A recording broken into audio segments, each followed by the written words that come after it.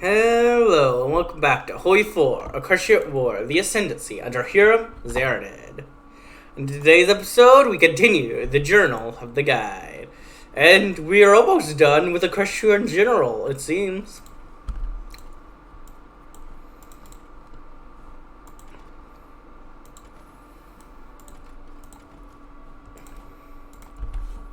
Which is exciting.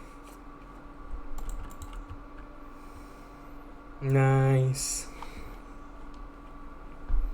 We're stocked up.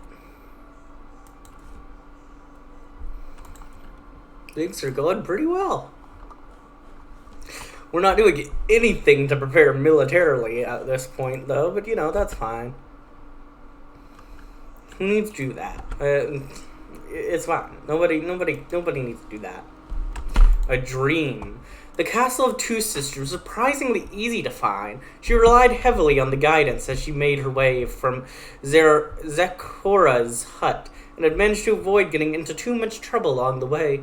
She felt the guidance directing her through the ruin, and carefully made her way through stated halls, eventually coming upon what appeared to be a sort of throne room. Stained glass littered the floor, and rot had consumed the ceiling some ages past, leaving the stars to shine down on the room. Looking up, she felt the guidance start to sing as she caught sight of a silhouette among the stars. It was the Tantibus, she realized, as she tried to figure out a way to get to it. The creature took notice of her and jumped down. She felt the world start to shift. She's in Colthage. Hear him study. Her teacher stands there, his voice becoming booming throughout the hall. There are three. Those that are pure, those that are foul, and those that were never meant to be. The filthy corrupt, the pure, and must be cleansed. Those that were never meant to be are of little consequence. When the word turns, the pure will remain. His eyes turn to her end. The scene shifts. Two hippogriffs hide in the bombed-out ruins of a home, one old and one very young. The old one is comforting the little one. You have to be quiet, she coos, but the little one sobs. A faceless figure comes around the corner, brandishing a gun. The scene shifts again. A zebra works in a factory. He is tired and has not slept for some time. He needs to give his all for equanimity. Any less would be treason. He can't go on. He collapses and the world is dark. The guide stands before a mirror. This is the world that you fight for, the reflection says, and the guide feels her mouth move to speak the words. This is your common cause. This is truly what you desire? A world of purity? What more will it take? How much more are you willing to give? The guide rears back, and with a gasping breath, the guide came to, holding the desired ingredient in her hooves. But she couldn't shake the nightmare her dream had become. Contained ingredient, essence of Tantibus, to be used in alchemical super projects. Nice. We're going to be spending a lot of time here, so I might as well make myself home. Hopefully these ponies are as friendly as hey they Bill, though ponies say a lot of things. But now we're moving over to Appaloosa. Okay, good. Equestria, keep holding on, at least for now, while I'm in your land. I kind of don't want to deal with those changelings again. Appaloosa. From what I have heard, this town is interesting, to say the least. Its culture is radically different from most of Equestria, and the town itself is relatively new compared to many other settlements here. The way the ponies there are described reminds me of somewhat of the rural bandit gangs around Trotcat, back before the Ascendancy rose to power. Hopefully these ponies are friendlier. Oh, they are. They most certainly are. Appaloosa is a very friendly place for the most part.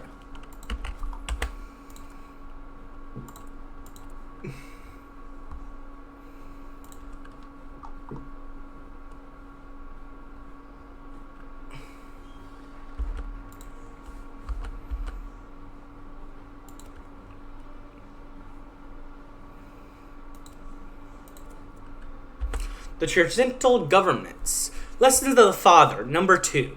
It is not enough for the individual to seek the purity of the Godhead alone. While one equine may be virtuous in his own right, his neighbor, without the obligation of the state, may fall to avian influence. Thus it is the duty of the state and the equines of gold to direct society to reach for the purity of the Godhead in every aspect. Only then will the Godhead be reforged. Makes sense to me. I agree. 100%. Yep. Don't kill me.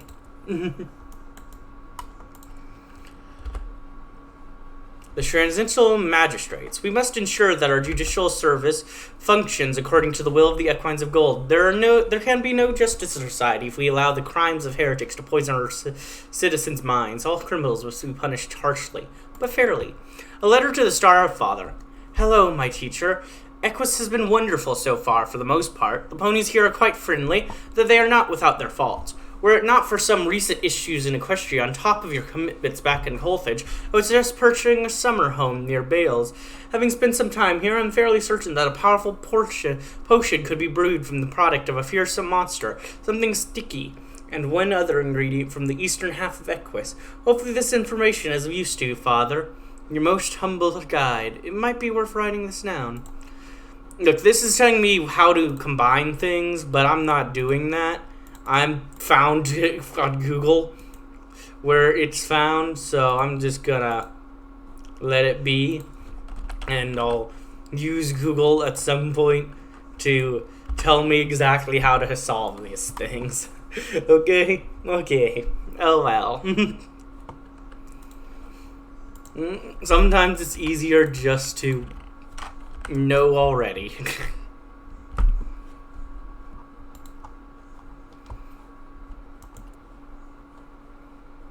And if it's really something important, I'll just go back to this episode and look at it again. Because I'm recording, so, pretty easy to go back and see what it was.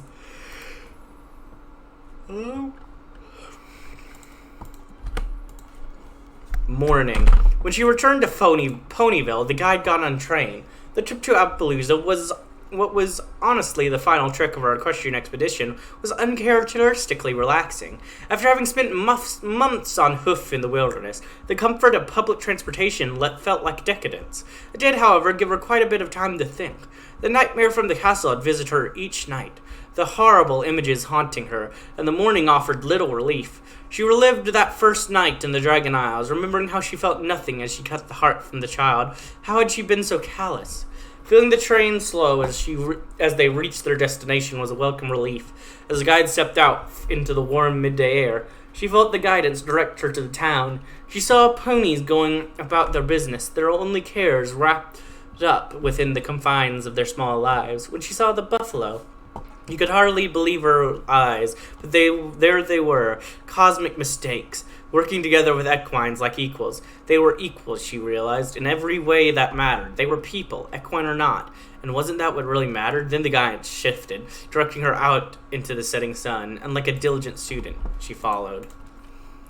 Oh boy, she's starting to question Requiem. The guidance led her through the countryside for the better part of the day, until she came to a lone campfire. By it sat a lone buffalo, staring serenely into the sunset. He was larger than most of his kind, but held himself with a gentle air. The guide walked over and sat down next to him. He said nothing, offering only a kind smile as greeting, and they sat together in silence for a time. "What do you do?" the guide asked quietly, when the silence became too much to bear. "When you have made a mistake." The buffalo chuckled, a warm, earnest sound. "Why," he answered, as if it were the most simple thing in the world, "you make it right, of course."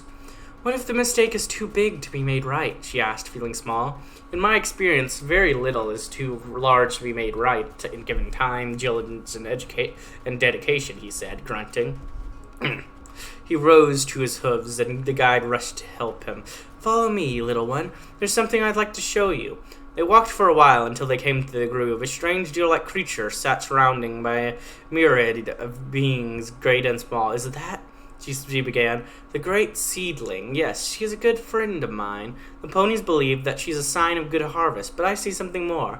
With her, I see the world, a world where all are allowed to be. There's no one pure, no one impure, no mistakes. There are people." The buffalo gave the guide a hard stare. "Do you understand?" Yes, the guide thought. She was beginning to. The guide has completed the Manhattan expedition line. She's now free to embark on another expedition. Obtains ingredient, apple of the great seeding, to be used in alchemical super projects. And Equestria is done. Woo! Now, there's only one place to begin in this place, Sigurgo. The teacher has procured a list of ingredients for me to collect for the project. A sizable portion of them lies in the wicked continent of Zalmare itself, Griffonia. Fortunately, it seems that most of the ingredients are found just beyond the reach of those filthy avian scum, in areas inhabited by equines, the eastern half of the wretched continent. We will begin the journey from the southern tip of the continent in the Kaza Free State port city, Sigurgo. Hey, I know all about Kaza. I've learned a lot about them. A letter to Starfather. Hello, my teacher. I have had some difficulties in my latest expedition, though it was nothing that I couldn't handle. It left a lasting impression on me, and I feel that it will take some time for me to recover. Ask that you do not worry about me, though. I have faced worse and come on top of it. My expeditions have led me to a revelation. It may be possible to create a potion from an abstract ingredient combined with something tough and something wet. All the best. Your most humble guide. It might be worth writing this down. Now, this is just telling me like how to figure out how to do the clinical super projects. Though that's 2 that it's told me about, so there might be 2 I can already complete. I'll go back to the place I found at the end of this episode and check to see if there's anything I can do based on the ingredients I have. I'm not that worried about rushing and getting it done immediately.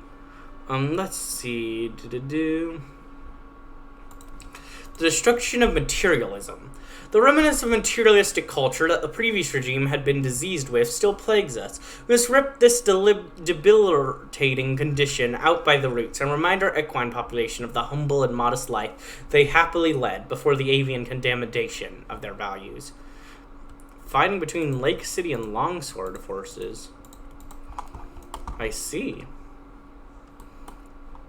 Oh yeah, I completely forgot about that. Well, one, you guys are doing your little thing, but also, you guys, well, technically they're still around, I guess, but you have united this big area in the south. Like, man, look at this. This is impressive that these 2 nations are this big. Like, wow. Also, I don't think we're not going to Kaza. We're actually going to the Bear Majocracy. So, yeah, that actually sounds a lot more difficult than Kaza, and also less pony. So yeah, but you know, the event's probably not going to be different. No, it's fine. We've arrived. The guide opened her eyes. It was time to begin the journey into the heart of Zalmar's creations, the continent of Griffonia. She glanced at the equine of silver who had woken her. Zethro was relatively short and soft-spoken, but he had proven himself more than capable of multiple occasions during the rise of the ascendancy. The real reason that she had brought him, however, was that he had spent several years of his life traveling all around Griffonia before sitting down in Hippone.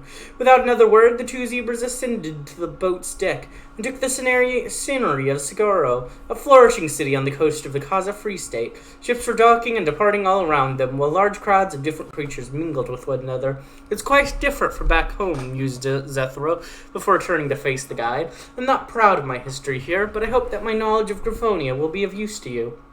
Yes, the guide didn't meet his gaze, having noticed something that was setting off alarms in her head.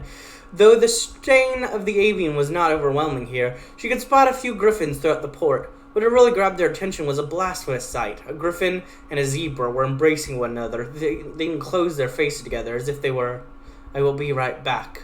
Before Zethro could ask what she was doing, the guide had already entered the midst of the crowd. Evil must be cleansed. Suffer not the unclean. Oh God, what are we doing? What are we doing? No, please don't. Please. Suffer not the unclean. With fury and determination, the guide shoved her way to the 2 creatures. They had defiled her eyes. The 2...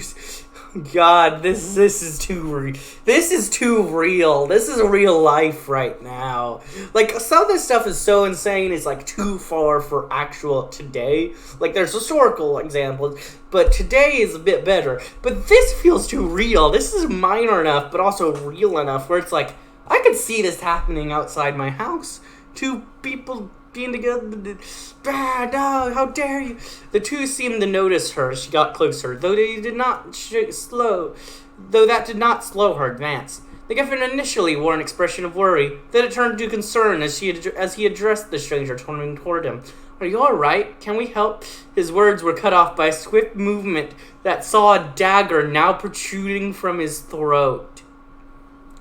He gurgled and weakly reached for the blade, then collapsed. The zebra beside him gasped, not able to speak from the shocking event she just witnessed. The guide pressed the blade down to ensure the griffin's death. Such filth has no place in this world. O ye has been poisoned by the equine. I grant thee the fate you deserve. She retrieved the blade and turned toward the dead griffin's lover, and you shall join him for rejecting your equinity. The other zebra screamed briefly before her life, too, came to an end. The crowd began to panic as they saw the murders. The guide stood motionless, enjoying the righteous feeling of slaying the unclean. Just as then, some security had begun to take notice.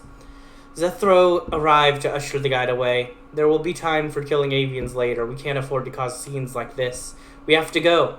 The guide whipped her knife towards Zethro in anger, preparing to scold him for suggesting that she should have spared the griffin. However, she spotted what looked like the local authorities heading towards the two of them, and thought better of it. She quickly put her knife away and nodded. Very well. Let us make haste. The guide has been off to a good start. The guide has begun her journey on a new expedition in search of ingredients for the Starfather. I don't say this often, but fuck. I need to sit for a moment.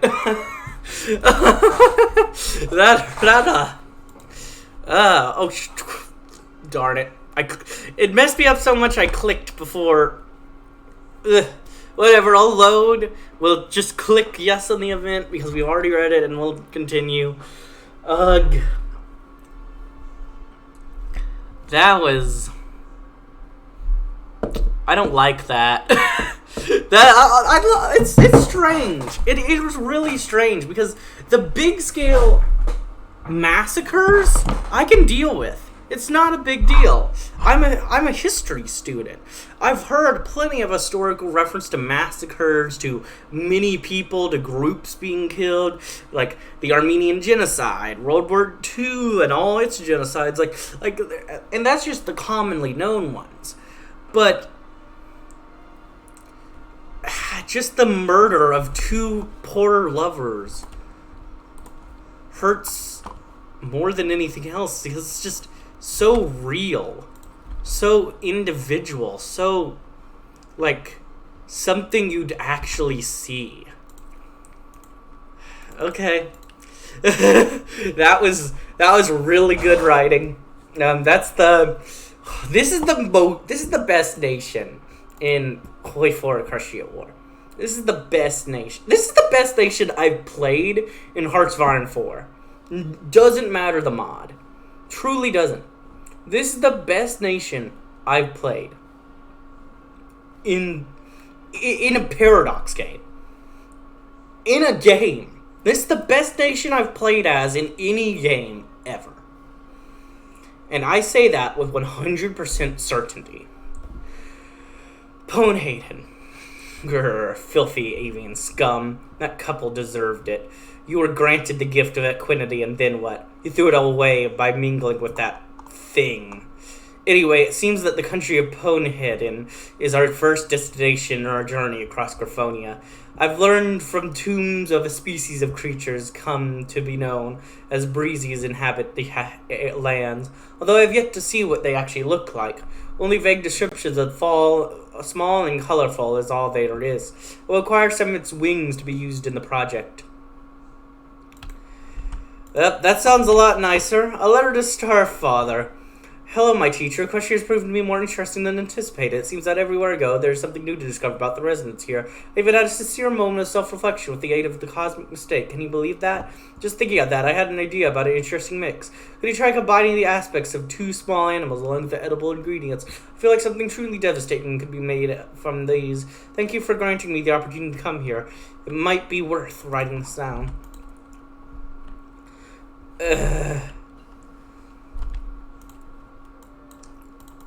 Man.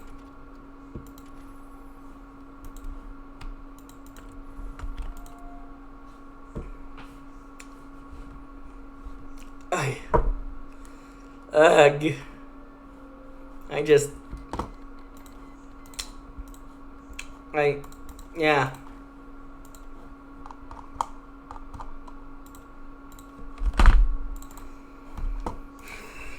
Oh, God. That was just too real.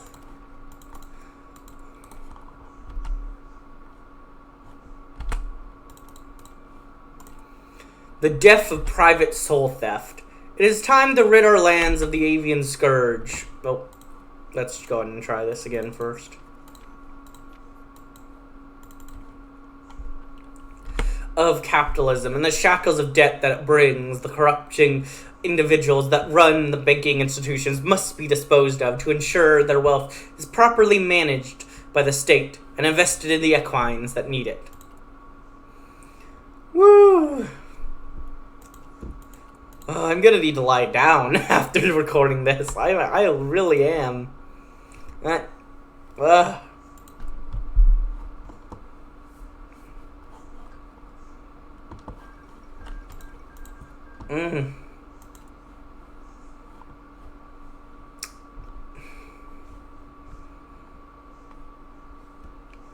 This is like the first nation in this game that I played that has really made me feel like really like more than just an enjoyment or an understanding or entertainment or a interest, like an actual like pain. So good. The Wings of Sacrifice. The journey took the two zebras north through the mountains of Barad. Though the harsh and sudden climate shifts were loathsome at best and hazardous at worst, their tenacity and willpower saw them through. After all, Zethro had assured the guide that her first destination was worth any sacrifice to see at least once. And see it they did. Inside the land of Poenhin, at the bottom of a narrow valley, was a breathtaking sight, the city of Dalmor, which was a radical departure from anything that the guide had seen up to this point. Gone was all semblance of modern civilization, instead replaced by largely by vast, extravagant monstrosities and temples that stretched into the valley as far as eye could see. Zethro broke the sway-stricken silence. The monks of this land are practiced in all sorts of arts, both physical and mystical. They live in harmony with each other and the wildlife, including the minuscule breezies. He paused, seeming to hesitate. That is why we're here, right? The breezies? As the guide opened her mouth to answer, she noticed a small group floating critters not too far away. She smiled. That's correct. Would those happen to be breezies over there? Zethro squinted his eyes, then nodded. Yes, though I would recommend caution. They can be troublesome if we're provoked. Then I'll be quick. The guide started off towards the breezies, taking care to tread lightly so as to not draw too much attention to herself. She drew her knife, intending to quickly perform the deed, she had gotten close enough that she could see the breeze clearly. Truthfully, she had never seen one before, but she knew that the teacher required the wings of the creature in front of her. What gave her pause was how equine-like they were. These couldn't have been cosmic mistakes. They bore the shape of tiny floating ponies. After a moment's hesitation, the guide readied her knife, took a deep breath, and steeled herself. The teacher's goal is worthy of any life, no matter how large or small. Obtained ingredient, hoof full of breezy wings. Woo. Wittenland. Through a cycle of death and the fabled phoenix. It is indeed an astonishing creature, if not for its avian features. They are bestowed the gift of immortality through a cycle of death and rebirth, forever repeating, forever unchanged. I believe the Princess of Equestria owns one as a pet. What I am most interested in is its feathers, containing the very essence of the creature's magical abilities. It would certainly make a fine ingredient for the project. Before that, though, I have been instructed to wait in a River's point for this westernly leeward person to help us. And let's go. Whoop, whoop.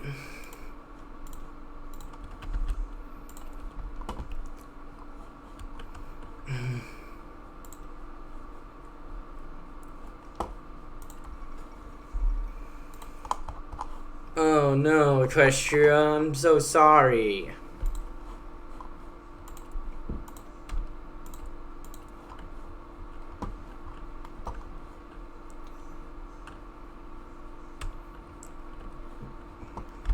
The Masters of Finance. The Equine of Gold sat on her balcony with a book propped up in front of her.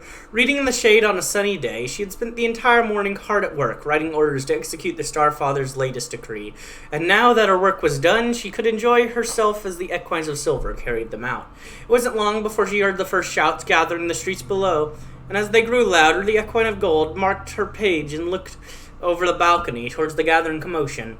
A crowd has formed on both sides of the street, jeering and shouting as the numerous seabirds bounded chains and led towards the gallows deeper in the city by a cohort of equines of silver. She recognized their attire and the way they carried themselves, and knew that her orders had been faithfully accomplished. When the ascendancy had first risen to seize Hippone and begin the great purification of Equindom, many of these zebras, all bankers and patricians, had supported the Starfather's visions and had lent financial support. But the Equine of Gold knew that those were merely the lies of crypto-avians. These non-believers had never truly supported the ascendancy, instead hoping to profit from its rise and claim their place in the new order.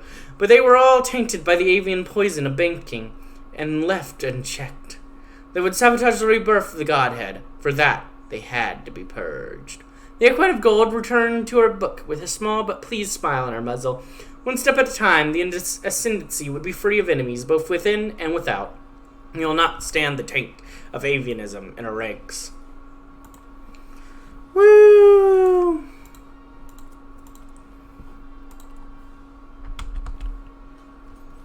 And we have more military factories. Yay! Throw you on there. What else do I need? Yeah, I'll just take some more guns for now. When are we going to take out the Colthaginian Republic? I really want us to kill them. The Divine Teacher's loyal eyes and ears. Oh, well, first.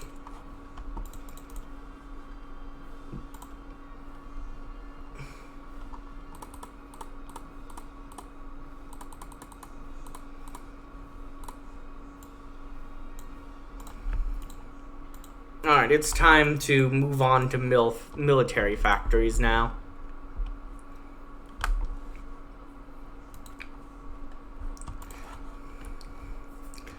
Now that the Seekers of Truth have been established, it is the utmost importance that they ensure the will of the Equines of Gold is respected and implemented. The Seekers of the Truth will ensure that any discontent is reported and neutralized before it can fester. The will of the Equines of Gold is paramount direction and will be respected. Yes, of course. But I think it's a good time to go ahead and end this episode. If you enjoyed, like, comment, subscribe, and hit the bell button. And as always, peace.